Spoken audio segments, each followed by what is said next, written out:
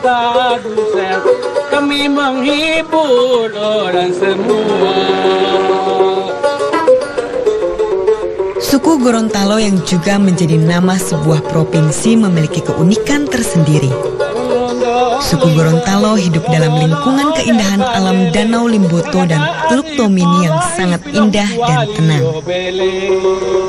Kondisi alam yang melingkungi suku Gorontalo melahirkan adat istiadat, tradisi dan kearifan budaya yang unik dan khas. Kebudayaan asli suku Gorontalo sangat kental dipengaruhi oleh agama Islam. Suku Gorontalo hampir dapat dikatakan semuanya beragama Islam. Suku Gorontalo dalam keberadaannya dewasa ini mampu mengawinkan unsur adat dan agama Islam secara cantik. Masyarakat Gorontalo yang Islami tergambar jelas dalam adat istiadat dan perilaku keseharian suku Gorontalo. Lihat saja tradisi walimah, tradisi tahunan memperingati kelahiran Nabi Muhammad SAW, melahirkan tradisi dengan aneka khasanah budaya yang amat menarik. Keindahan alam Danau Limboto dan aktivitas suku Gorontalo merupakan salah satu panorama yang akan membuat kita susah melupakan kebersahajaan suku Gorontalo. Ketinggian budaya terwujud dalam berbagai seni, budaya, dan pesta adat yang masih terjaga hingga saat ini. Ciri khas suku Gorontalo juga tidak bisa dipisahkan dari jagung. Suku Gorontalo terkenal petani jagung terbesar di Indonesia. Dalam suku-suku kali ini, saya ajak Anda menelusuri kepermaian alam, ketinggian budaya dan khasanah sejarah suku Gorontalo. Di tengah malam duduk badia madu.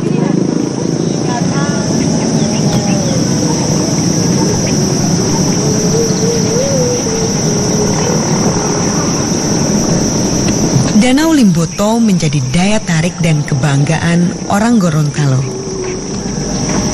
Keindahan Danau Limboto dapat saya lihat dari beberapa sudut kota. Kontur Gorontalo yang berbukit menguntungkan saya untuk dapat melihat Danau Limboto dari ketinggian. Saya juga dapat melihat Danau Limboto dari Benteng Otanaha yang merupakan benteng bersejarah bagi masyarakat Gorontalo. Konon benteng ini menyimpan cerita sebagian perjalanan sejarah Gorontalo.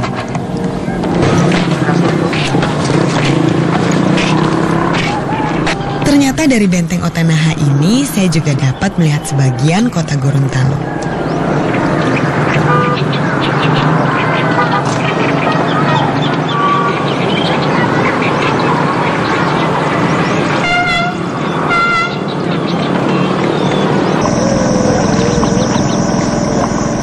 Danau Limboto telah menjadi bagian tak terpisahkan dari detak kehidupan penduduk di sekelilingnya. Danau Limboto ini merupakan muara dari 4 sungai besar yang berhulu di Kabupaten Gorontalo. Kawasan Danau Limboto dikelilingi perbukitan.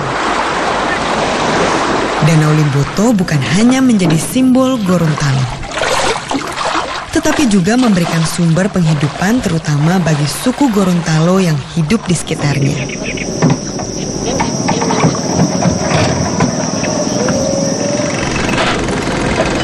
Pagi ini saya menikmati keindahan Danau Limboto. Pancaran sinar mentari dan hawa sejuk yang saya rasakan menambah kesempurnaan keindahan panorama Danau Limboto.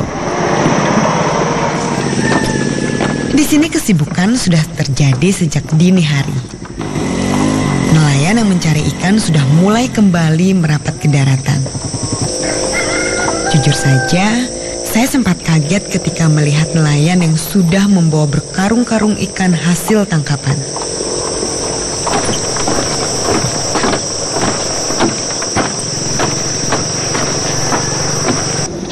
Danau Limboto ternyata masih memiliki potensi dalam budidaya ikan air tawar yang bisa menjadi sumber penghidupan bagi masyarakat sekitarnya.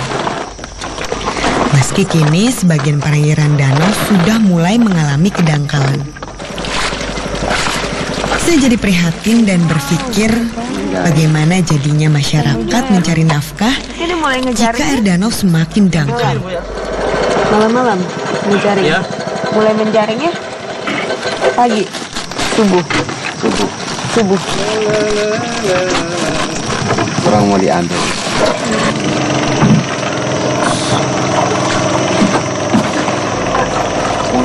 Untuk menghilangkan rasa penasaran, saya pun berkeliling Danau Limboto dengan menggunakan perahu. Segar sekali rasanya, menikmati udara pagi berkeliling Danau Limboto. Pak Ais yang mengemudikan perahu mengajak saya mampir ke tempat jaring keramba miliknya. Di sini sebagian warga membudidayakan ikan. Ada ikan nila, ikan mujair, dan juga ikan emas. Tiap pagi ikan-ikan ini diberi makan. Ikan nila. Menurut Pak Ais, setiap 3 bulan sekali ikan-ikannya ini dipanen. Dalam hati saya, Danau Limboto tidak hanya indah, Panennya berapa lama tetapi sekali? juga memberikan berkah bagi orang-orang 3 sekitarnya. bulan udah panen ya? Iya. Terbukti para nelayan bisa membawa berkarung-karung ikan saat ke daratan. Boleh dapat 300. 300 kilo. Iya. 3 bulan bisa 300 kilo.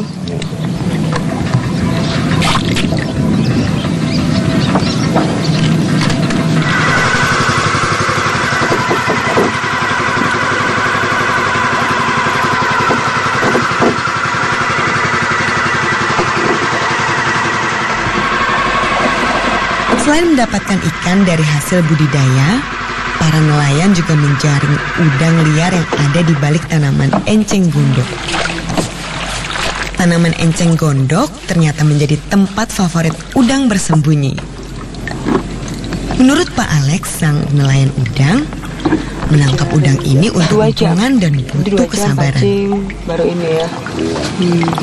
Ternyata susah juga cari udang di Danau Limboto ini karena untuk 2 jam baru menghasilkan 1 ember ini. Lihat, 1 serok aja cuma baru dapat segitu.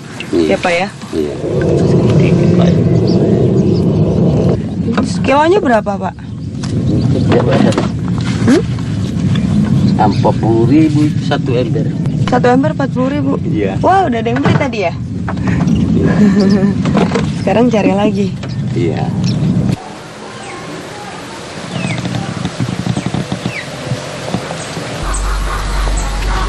Tanah Gorontalo yang subur juga memberikan keberkahan masyarakat petani. Di sini, jagung menjadi komoditas unggulan. Jagung yang dihasilkan dari lahan perkebunan di provinsi ini merupakan jagung yang berkualitas tinggi dan telah menembus pasar luar negeri seperti Malaysia, Singapura, Gambia, dan Afrika Barat.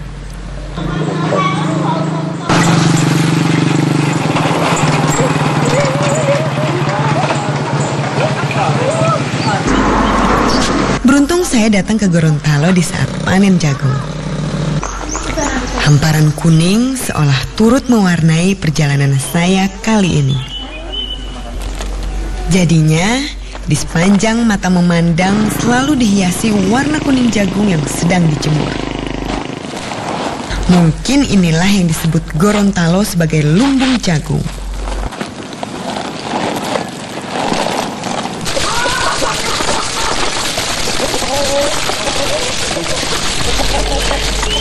Panen jagung memberikan kesibukan tambahan bagi kaum perempuan di sini. Karena mereka harus merontokkan biji-biji jagung. Si lagi rontokin jagung ya? Iya Mbak. Mau ikutan dong. Boleh. Senangnya saya bisa ikut ibu-ibu ini merontokkan biji-biji jagung. Dijemur dulu ya jagungnya. Ini nanti buat apa? Jagungnya dijual. Dijual buat. Iya. Oh, dijual. Jagung hasil panen dijual dengan berbagai macam versi. Ada yang dijual dalam keadaan basah dan juga dalam keadaan kering. kapan jalan-jalan lagi ya? Walaupun makan dia pakai juga. Walaupun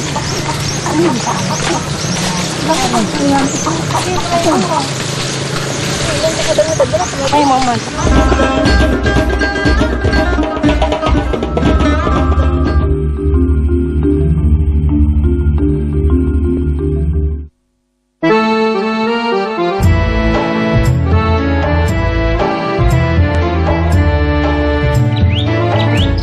Keindahan tanah Rencong Aceh yang berjuluk Serambi Mekah menawarkan banyak pesona objek wisatanya.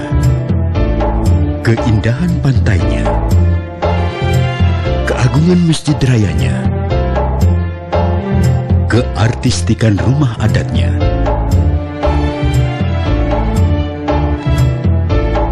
tari-tarian yang sudah mendunia, Museum Tsunami,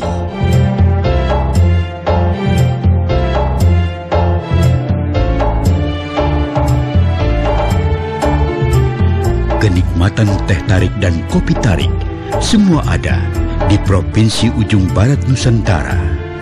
Kenali keindahan tiap jengkal tanah Pertiwi.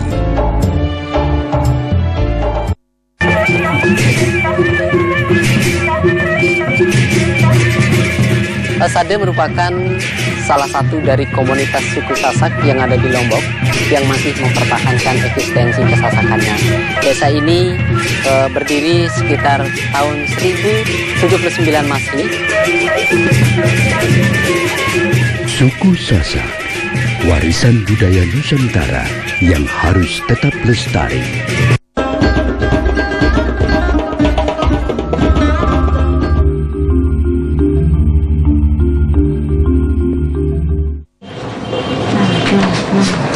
Sekarang kita mau buat salah satu makanan khas Gorontalo namanya Binte Bilehuta. Bilehuta. Binte Bilehuta itu bahan-bahannya apa aja, Bu? Ini ada Keindahan dan kesuburan alam Gorontalo membawa rasa ingin tahu saya akan kuliner khas daerah ini. Binte Bilehuta atau milu siram adalah salah satu makanan khas Gorontalo yang berbahan dasar jagung. Semua ya, Bu, bahan-bahannya ya. Saya akhirnya pergi ke pondok Ibu Fatma untuk melihat proses pembuatan Binte Bilehuta. Ini sesuai selera ya, kalau yang suka pedas. Iya. Berarti pedas. Iya, dicampur. Oh, ini diaduk? Iya. Saya bantu deh, Bu. Aduk. Iya. Terus ini masukin udangnya. Oh, udang. Udang yang mentah. Udang mentah. Udang mentahnya dicampur. Ini diaduk juga? Iya. Berarti ini binte ini sebenarnya langsung ya nanti? Jagungnya memang sudah dimasak dulu. Yang dimasak yang bahan matang itu Jagungnya. Jagungnya. Terus campurannya itu yang mentah. Jadi dicampur dulu itu. Lalu jagungnya? Jagungnya ini disiram begini dia. Kan namanya milu siram. Disiram. Jadi di saat air panas. Wow. Ini diaduk, Bu. Nanti saya salah lagi. Oh, pakai garam juga? Iya ya, pasti. Ini garam. Oh, ini. Masukin ininya. Kemana? Wah, jadi bahan-bahannya seger ya? Iya. Udangnya kan masak. Iya. Oh, udangnya karena disiram dengan air panas, jadi dia masak dengan sendirinya. Iya, jadi nggak usah perlu abis ini direbus lagi, nggak perlu ya? Iya. Langsung masak dia.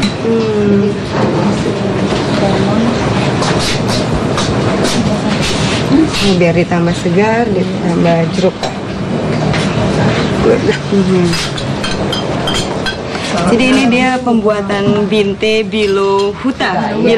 Jadi nggak usah dimasak lagi karena sudah menggunakan air mendidih dan ikan-ikannya itu dengan sendirinya matang, dan ini kayaknya seger banget, dan jadi saya pengen cepet-cepet coba, boleh?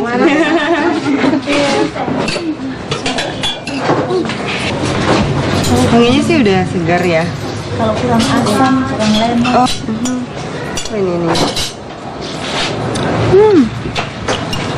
Segar, dan emang masih bahan-bahannya masih krius-krius, jagungnya juga, terus ini udangnya, ada wangi-wangi kemanginya, enak banget ya. Dan ini selalu ada ya di setiap pojok Gorontalo ya. Iya. Masih ada yang banyak menjual bibit. Banyak. Kan khas, makanan khas Gorontalo. Oh ya. Oke, coba yang ini.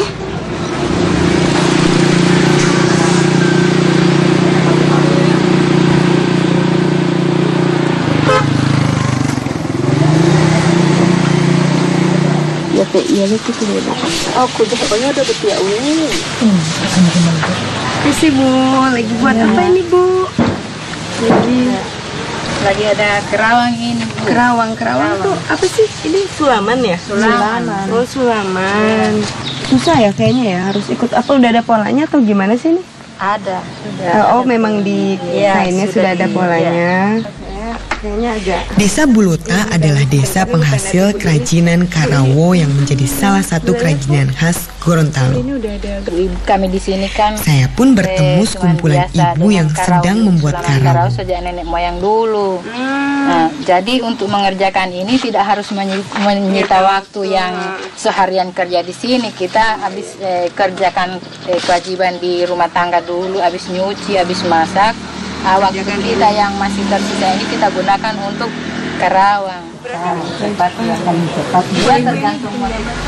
Menurut ibu-ibu ini, kerajinan Karawo seperti iseng-iseng berhadiah karena dapat menambah penghasilan keluarga. Ini masukin ke sini.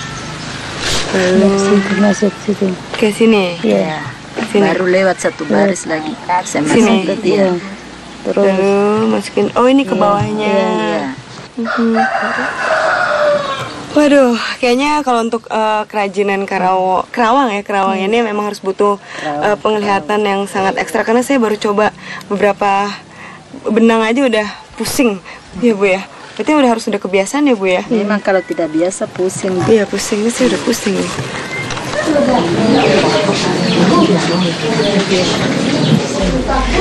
Wah, bagus-bagus sekali hasil kerajinan para ibu ini. Sederhana, tapi menarik.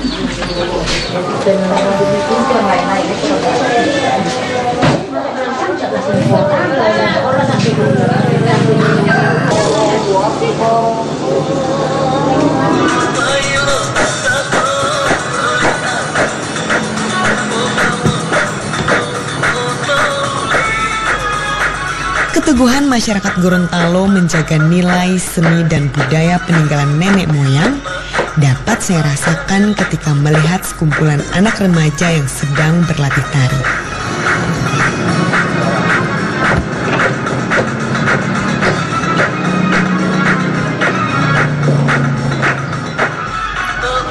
Tari ini adalah tari Marwas, yang merupakan modifikasi dari tarian tradisional asli Gorontalo.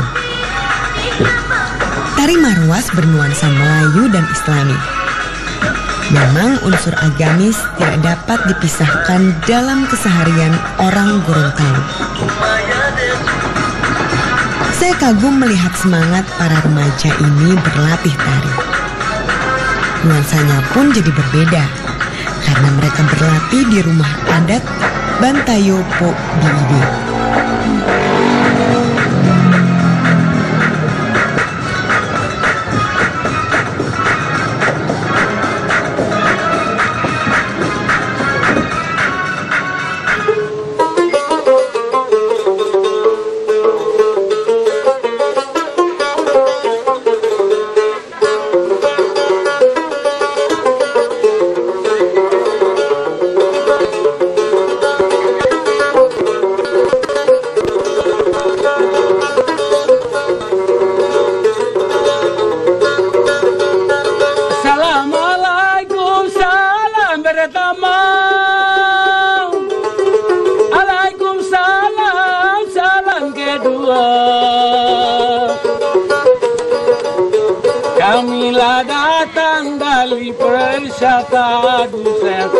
kami menghibur orang semua. Selain tarian, saya juga menikmati permainan gambus dari seniman tunanetra Risno Ahaya. Risno Ahaya terkenal di Gorontalo. Maklum saja, kaitannya Risno Ahaya yang seorang tunanetra ini menjadi satu-satunya pemain gambus yang ada di Gorontalo saat ini. Sambil bermain gambus, Risno juga melantunkan syair-syair pantun. Biarlah lupa kain dan baju adusan, janganlah lupa. Saya tidak mengerti sepenuhnya arti syair yang memakai bahasa Gorontalo. Tapi katanya syair-syair pantun ini mengajak para pendengarnya untuk tetap semangat dalam menjalani hidup. Risno juga mengajak kaum muda untuk tetap menjaga dan mencintai budaya peninggalan leluhur. Kepala satu dari Jakarta, banyak penumpang turun kemari. Putuslah cinta tidak mengapa adusan, bersoal cinta gampang dicari.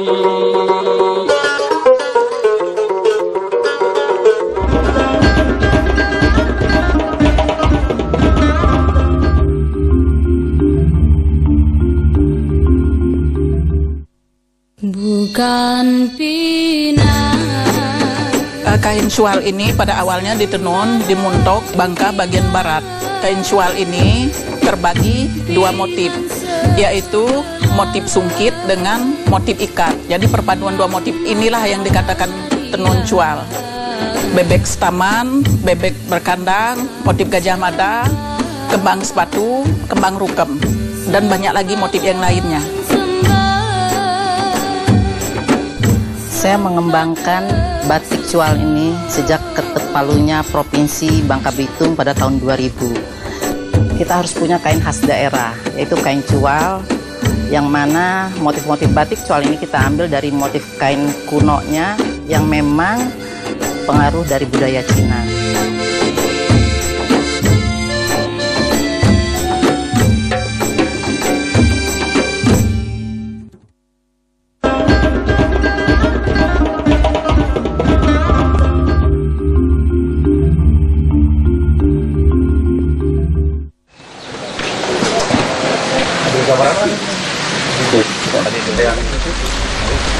Saat berjalan di desa Hepu Hulawa, mata saya tertuju pada satu rumah yang ada kerumunan orang.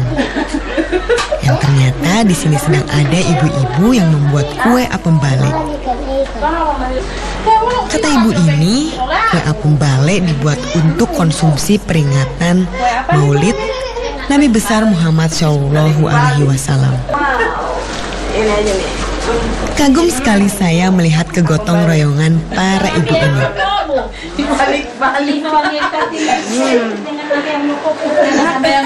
Ambil satu kue apem bale buat nanti maulid ibu-ibu di sini. Semuanya gotong royong. Siapin kue untuk peringatan maulid.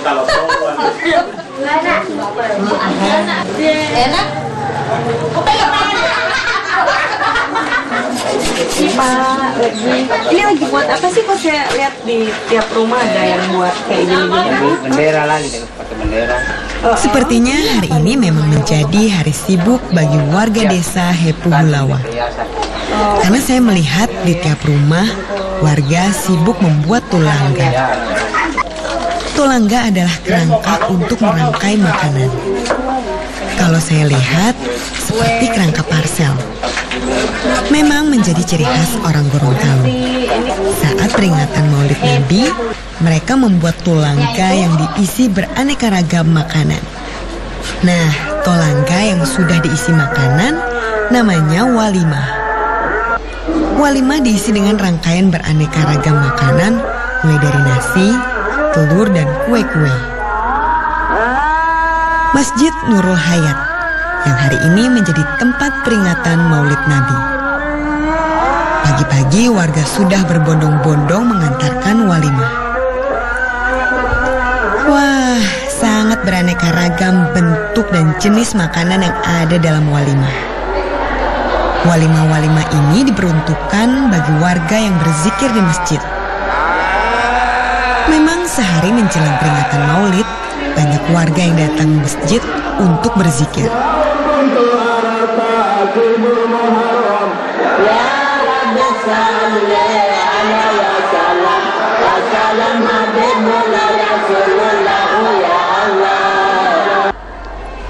Di dalam masjid ada tempat yang sudah dihias untuk bulita atau tempat pemangku adat.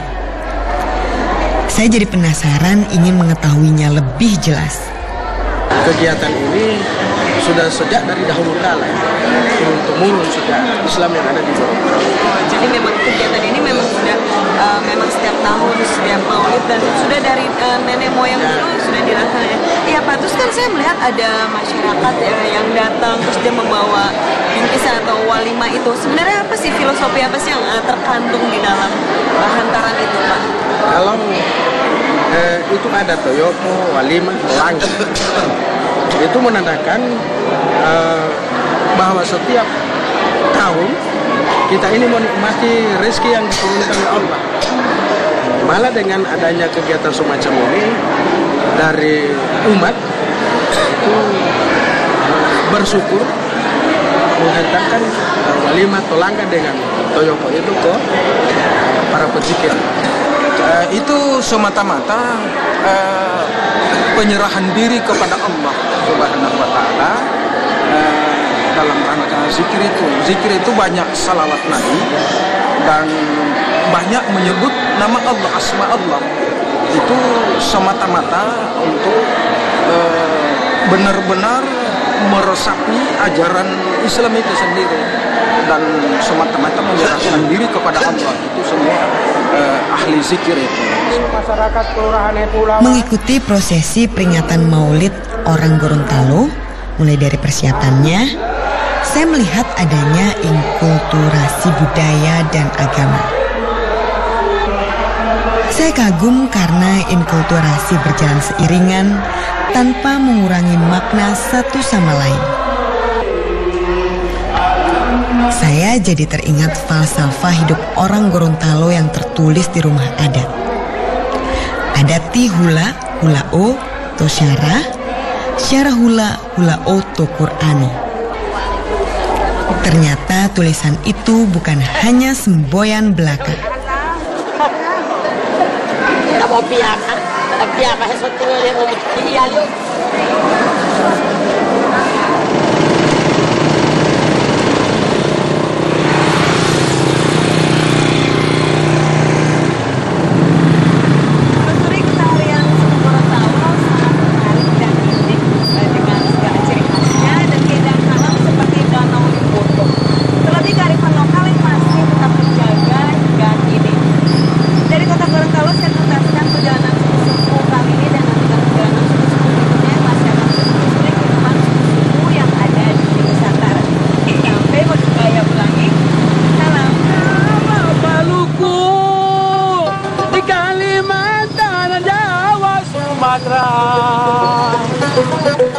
Janganlah abang membeda suku aduseng, satu danusa dan satu bangsa.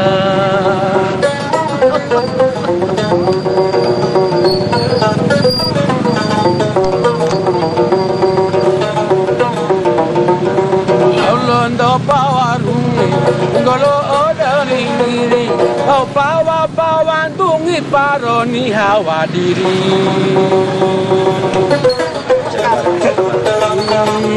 Ya salam.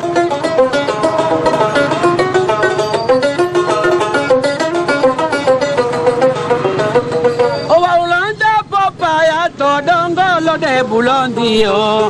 Anu ngahima ngouta topolahi bilan dualio.